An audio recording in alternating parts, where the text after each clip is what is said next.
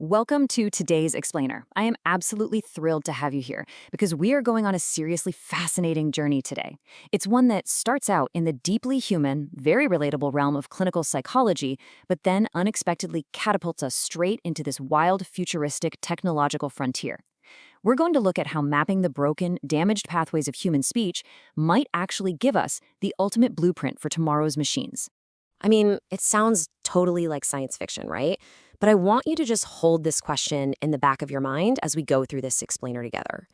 How could studying a localized brain lesion, a very specific condition where humans literally lose their ability to speak, how could that possibly serve as a foundational blueprint for the future of artificial intelligence?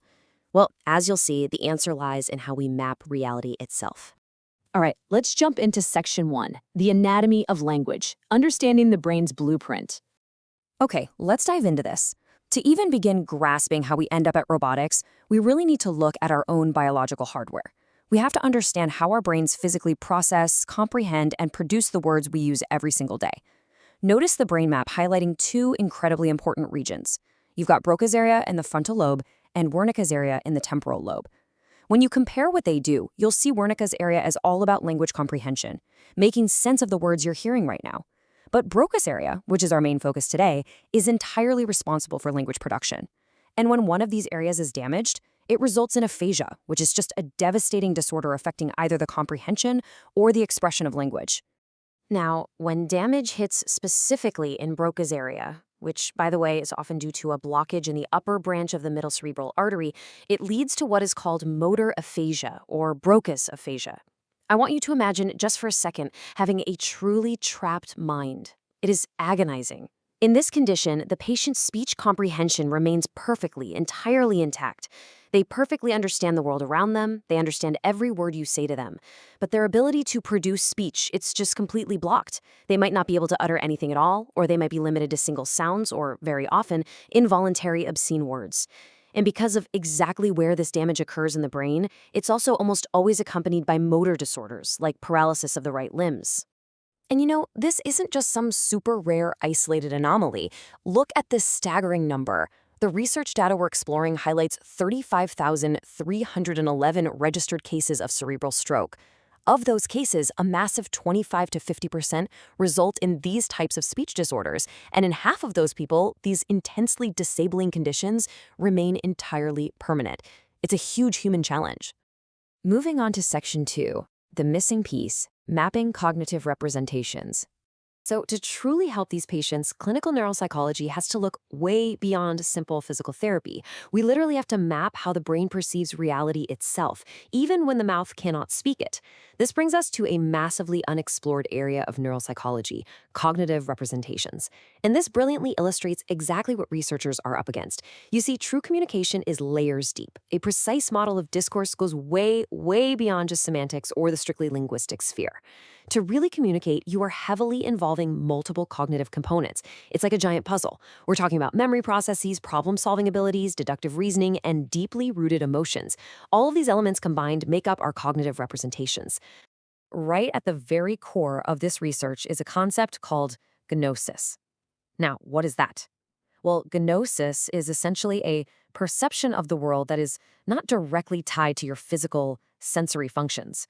Think of it as the brain's unspoken underlying architecture of reality. The entire goal of this clinical study is to map this gnosis, to figure out exactly how patients with Broca's aphasia perceive the world, so we can finally bridge the gap and better connect with their trapped minds. Okay, Section 3, an innovative testing method, or pushing past Freud.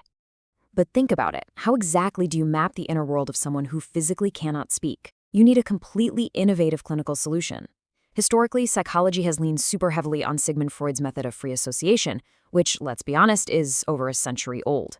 But Freud's method requires the patient to speak freely, and it was mostly created just to treat and detect pathological processes. The researchers behind this study realized that to map cognitive representations in nonverbal patients, they had to invent something entirely new.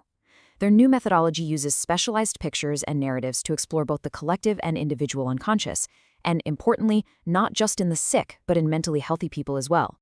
Because, while traditional psychology might try to use a set of 260 standard linear tests, those are totally useless for a patient with Broca's aphasia. Instead, this new nonverbal toolkit completely bypasses the need for spoken words.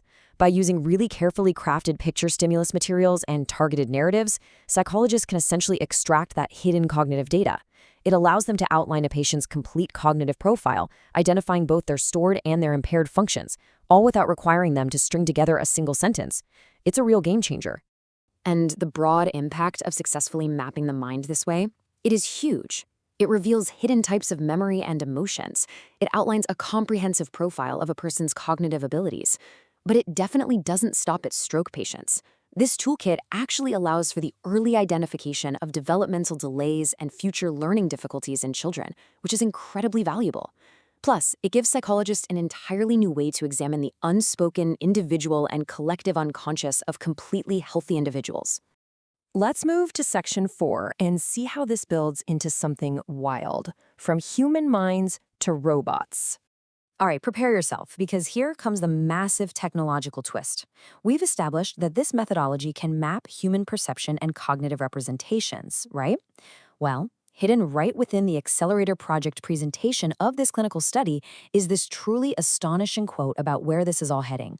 It says, "In future projects, the information from the study can be used in the creation of robots and find a way to make them submissive to humans." Wow. By mapping the exact architecture of human perception, our gnosis, our memory, our emotional reasoning, researchers believe they are effectively drafting a direct, highly coveted blueprint for artificial intelligence. Now, what's really interesting about this slide is the implication of that massive leap. The study aims to deeply understand the cognitive layers of a broken human state, right? A mind that fully understands everything happening around it, but cannot act or speak against its physical constraints. By mathematically mapping exactly how cognitive representations and the unconscious mind function under those constraints, the researchers propose that we could theoretically take that very model and apply it to engineer absolute obedience and submission into the robotic systems of the future. It's just a staggering journey, isn't it? We literally started by looking at a heartbreaking physical blockage in a brain artery, and somehow we've landed squarely at the frontier of engineering robotic compliance. It leaves us with a pretty critical thought to ponder. If an innovative clinical test designed to help trapped human minds can successfully map the unspoken architecture of our reality, what other deeply human traits will we eventually program into the machines of tomorrow? Thank you so much for joining me for this explainer. Keep learning, and I'll see you next time.